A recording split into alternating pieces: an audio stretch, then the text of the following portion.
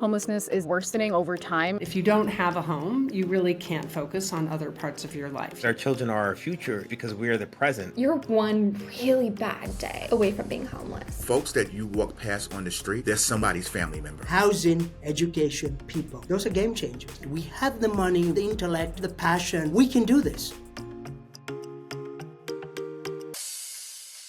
Hi, my name is Hannon, and I'm the host of The Bells I Hear, an audio and video podcast that aims to raise awareness about the homelessness crisis in New York City and the complexity surrounding the issue. Thanks so much for tuning in. So today we have David Adams joining us. He is the CEO of Urban Assembly, an organization that aims to bridge the opportunity gap and improve student social and economic mobility in the New York public education system. In 2021, he received the Champion of Equity Award from the American Consortium for Equity in Education. And in 2022, he was named Kane's 40 under 40 honorees. And so welcome, David. It's a pleasure to have you on today. Well, I'm excited to be here. Yeah. So could you take us back to the beginning when you knew that this is what you wanted to be doing with your life, your journey into this role at Urban Assembly? I got into education because I was really inspired about the role that education could play in supporting and uplifting communities. I was really interested in social and emotional learning because I had noticed that there were a set of kind of underlying competencies that really drove high achieving folks. And there were a set of underlying competencies that made it easier or harder for people to solve problems in both the academic and the social domain. So I got started studying at Rutgers University under Dr. Maurice Elias. I moved from there to the Center for Social and Emotional Education, now the National School Climate Center. I spent about a year and a half at Yale University's Health, Emotional, and Behavior Laboratory. I was in England thinking about implementation of social emotional learning programming. I moved back to New York City, and I was named the social emotional learning coordinator across District 75, which is our special education district, so about 60 schools. Then I came over to Urban Assembly, and I was the director of SEL, a senior director of strategy, and I've been CEO for the last 4.5 years. It's really incredible. Was there sort of like an aha moment or a particular moment that stood out to you, like, oh, this is something I can see myself doing in the long term? Well, I take my life day by day. And to the extent that the day by day becomes a long term is just because you take each day as it comes. I work to improve myself every day, work to improve my skills.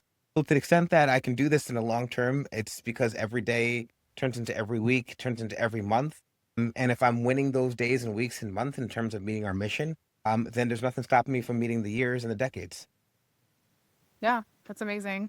So, you mentioned you're CEO of Urban Assembly. I am. Could you tell us a little bit about what Urban Assembly is and why it plays such an important role in the New York City public school landscape? Sure, I surely can. So Urban Assembly, we're actually a nonprofit, and we designed 22 schools here in New York City public schools. And we design them around these design principles of high quality instruction, social and emotional learning, and post-secondary success. What we do is we take the solutions that we've developed in our Urban Assembly schools, that we've incubated them, and then we scale those solutions from our schools to all schools. So our work around social emotional learning had impacted over 1,600 schools in the last 3 years. Our work around AI and then high quality teacher feedback is scaling across the country. Our work around post-secondary readiness and our tool there, Counselor GPT, will give access to hundreds of thousands of students to information around post-secondary options and how they intersect with the labor market. So the reason why we're important is because we are an incubator site for New York City public schools and beyond, really to identify generalizable problem sets that are constraining school solutions, develop solutions against those problem sets, and then scale those solutions from our schools to all schools. That's really amazing. So you mentioned that you do work with other New York City public schools. How do these schools get selected? That's a great question. So they can work with us through contract. They can work with us through grants. They can work with us because they are part of a program that New York City Public Schools is rolling out. It's like Future Ready NYC. We work with schools on that behalf. We worked with schools when we were doing work around social emotional learning. Basically, if you are interested in thinking through one of our design pillars of high quality instruction, post-secondary readiness, and social emotional learning, you can just reach out to me. We can find out a way that we can work together and improve outcomes for young people. Perfect. So you've mentioned a couple times now social emotional learning. I did. Oh, yeah, it seems like Urban Assembly really champions this approach. Could you explain a little bit about what social emotional learning is? Sure.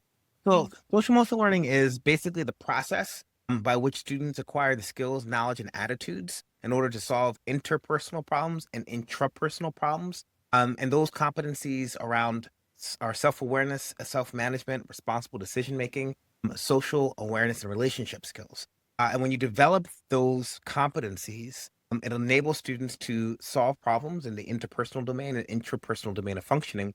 And the learning part of that is the process in which you acquire these skills, knowledge, and attitude. So, social emotional learning is that process. It happens in instructional activities, it happens in extracurricular activities, it happens through direct instruction, it happens through behavior supports, it happens through modeling, it happens through observation, it happens through your discipline system. And what we do is we help organize schools around these principles of social and emotional development so that students graduate social and emotionally competent, ready to solve the problems of the world and contribute to our society. How would you say it contributes to a student's success outside of an academic environment? Wow, social emotional skills are tremendously important to success. Research that we've done at the Urban Assembly actually demonstrates that social emotional competency is aligned to about 40% of a student's academic success. We know from larger research that developing social emotional competency predicts students' success outside of school and everything from reduced drug use to reduced alcohol use to more satisfaction on a job, less mental health distress, less likely to get involved in criminal justice issues. We know that social emotional skill development positively impacts school climate. We know that it develops and impacts students' civic attitudes and beliefs. And lastly, it decreases emotional distress and increases social and emotional interactions with regards to things like school climate and classroom interactions. What sort of like changes have you seen within students, I guess, prior to engaging in social emotional learning exercises versus like after? I guess what changes have you noticed? Yeah, I mean, so when students learn social emotional skills, they deploy social emotional skills. So we've seen reduced use of suspensions and disciplines. We see students who are willing and able to resolve conflicts constructively using skills like active listening and eye messaging and perspective taking to move from a physical confrontation to a dialogue. We see students who are better able to set and achieve goals and then organize their emotions and their attitudes and their attention towards those goals. And certainly, we're seeing students who are willing and able to contribute to the positive good and to the common good, to their schools, to their communities, and to their society, because they understand what their role and function is of themselves in the larger systems that we're looking to develop. So, when students learn social emotional skills, they display social emotional competence, and they learn social emotional skills through social and emotional. Right. That's quite amazing. It seems like it just improves their life academically and then also personally. And, we can also see that it will affect it professionally as well. So it seems like this is very important to incorporate into their learning and has a positive impact in the long run. So 100%. could you share a story that showcases like the tangible impact of Urban Assembly's innovative approach to improving the public education system? Sure. So right now we're working on a project called the Classroom Automated Feedback Environment.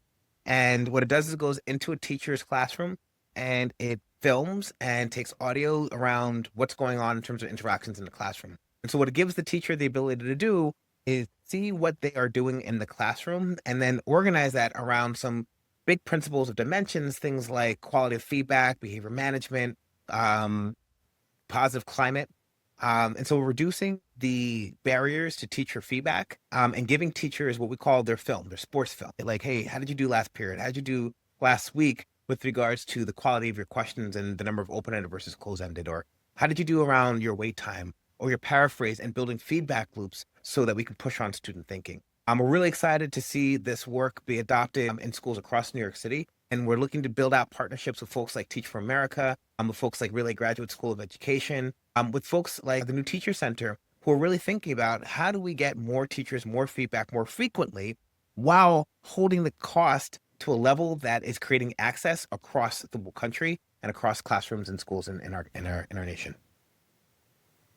Yeah, you mentioned AI previously. Do you feel like it could help contribute to, closing that opportunity gap and like meeting the needs of our students? Absolutely. I mean, I think We know that teaching and learning is always going to be a social and emotional process. We need to be in a relationship with something in order to motivate ourselves to learn it. Learning involves productive struggle. Where do you find that energy to display that productive struggle, if not if being in relationship? That being said, some of the more technical aspects of the teaching and learning process are really highly constrained by labor and attention from the teacher.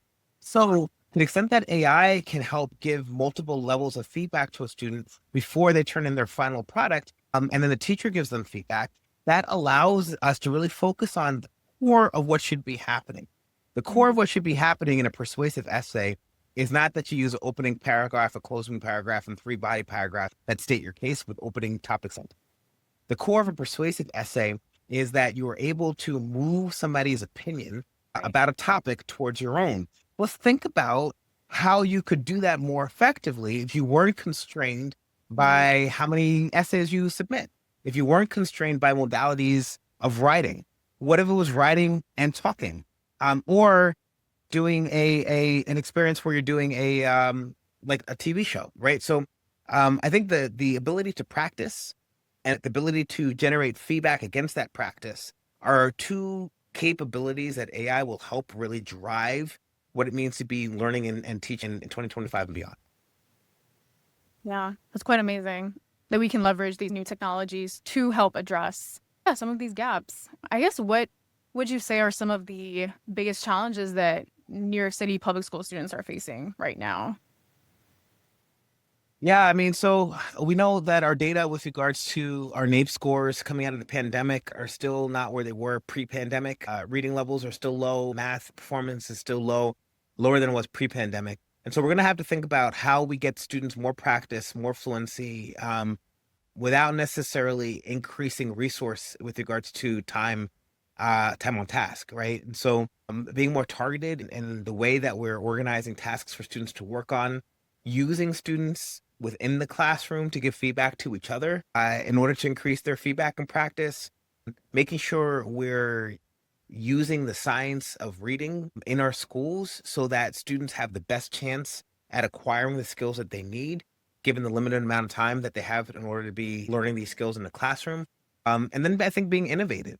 We have to innovate to ensure that students are making the progress that they deserve. And I think that innovation is going to come around practice and feedback. And I think the context for that innovation is going to be around how do we motivate learning environments, organize learning environments in which students are practicing and receiving feedback around skills that matter to them and to the world. And then how do we abstract those skills to a level that has relevance to students? So they're not just learning how to read, they're learning how to access the world through literacy. They're not just learning math and algebra, they're learning how to structure their thinking so that they can reason through complex problems in a mathematical domain, but also in life domain. So those are some of the challenges that we're facing, and those are hopefully some ways that we can start to think about solutionizing it.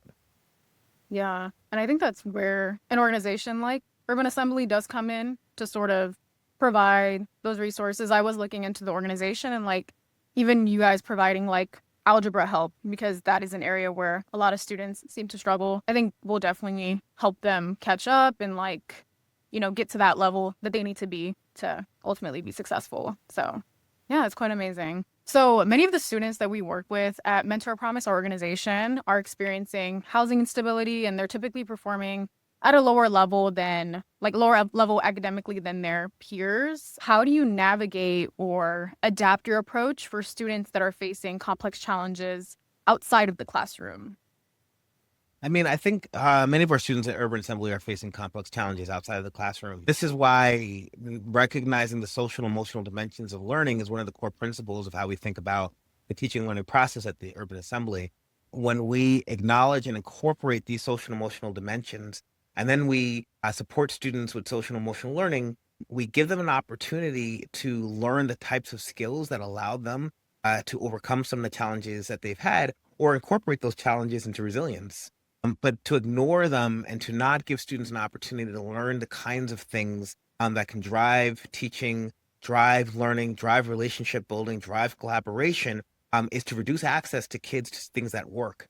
So we care about giving students access to things that work. Those are social emotional skills. Those are cognitive skills. Those are learning environments that support productive struggle.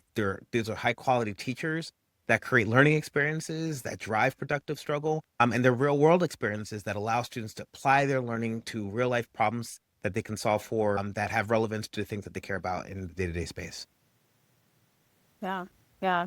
That's amazing. Yeah. They're learning the tools and skills that they need that Urban Assembly is providing in order to help them navigate their personal situations and the challenges that they face. So that definitely does make sense. Yeah, So, yeah. we have to realize like your background doesn't define who you are, right? Your circumstance doesn't define who you are. There are ways of approaching problems that are constructive or destructive. And we don't get to choose the problems that we have. Sometimes we do, right? But oftentimes those problems are foisted upon us. But we do get to choose how we approach those problems. And so when we equip students with skills and attitudes and values that allow them to solve problems in constructive ways, then they are able to get to the next version of themselves, the next version of their lives, and contribute to our society in the way that they deserve to contribute. Right. It's sort of like giving them a sense of agency over their own lives. Like, oh, you can take control and you can take certain steps that can help better your situation or just help you succeed academically in all areas of your life. So, yeah, that makes total sense. And so, yeah, right now, Urban Assembly works with 22 schools, and clearly you guys are having a major impact on students within the classroom, even post-grad and into their careers. How do you plan on scaling and expanding your organization? That's a great question. So we actually work around 64 schools. We have 22 urban assembly schools, but we partner with schools across the city. I mean, we're already partnering with schools across the country. We're working in spaces to support social emotional learning. We're working in spaces to support high quality teacher development and feedback. We're working in spaces to ensure that students have post-secondary options and information about those options vis-a-vis labor markets and their statistics, or in their counties and statistics around labor markets. So we're continuing to thinking about what kinds of partners that we want to pursue, what kind of states and districts have problems that we can help solve, and then how do we scale those solutions from our schools to all schools? Yeah, it definitely takes a village to raise students, have an impact on students. So how does Urban Assembly collaborate with different stakeholders to help students succeed? Yeah, I mean, I think our fourth strategic priority is work together, which is work within and through systems to ensure that we're improving public education and outcomes for young people. So we have partners like districts like New York City Public Schools. We have partners like states. We have partners like other nonprofits. We're working in a coalition called City at Hope, which is designed to help organize city institutions around the principles of social emotional development with young people as the unit of measure. I think we actually do a really great job at working across and through institutions, aligning our capabilities with their capabilities, deploying assets against problem sets, and then thinking about what that looks like in a scalable context and a scalable approach. Yeah, that's amazing. And so I guess, why do you believe investing in our youth is one of the best things that we can do? Oh, investing in our youth is like investing in yourselves. I wish I was going to live forever, but that I don't know that track record is so strong. I think everybody has to go to another place, and so education and youth development is really society's investment in ourselves and our future selves. And so the better we invest in our youth, the more confident that we can be that we can continue to reproduce our society and improve our society when we're gone. So, not to be cliche about it, but to the extent that our children are our future, it's because we are the present. And our present is now. And it's easy to get caught up in now. But great societies invest in tomorrow. Great organizations invest in tomorrow. And so when we invest in our young people, we are just investing in the future version of ourselves and the future versions of our society. Yeah. Yeah, that's really beautiful and very true. Yeah, it's definitely worth investing in our youth. Like you said, they will replace us, and yeah, they deserve the very best. So yeah, we appreciate you taking the time to join us today. Urban Assembly is doing incredible work to fill in the gaps in public education, so thank you. You're very welcome. Thank you for tuning in to today's episode. The episode was hosted by me, Hannah Nabraja, produced by Baron Mello. The audio and video editing was done by Ilona Tuominen, and the music is courtesy of Diego Urquela. If you enjoyed today's episode, be sure to subscribe to The Bells I Hear and follow us on social media at The Bells I Hear to find more content and to spread the word. Thanks again. Till next time.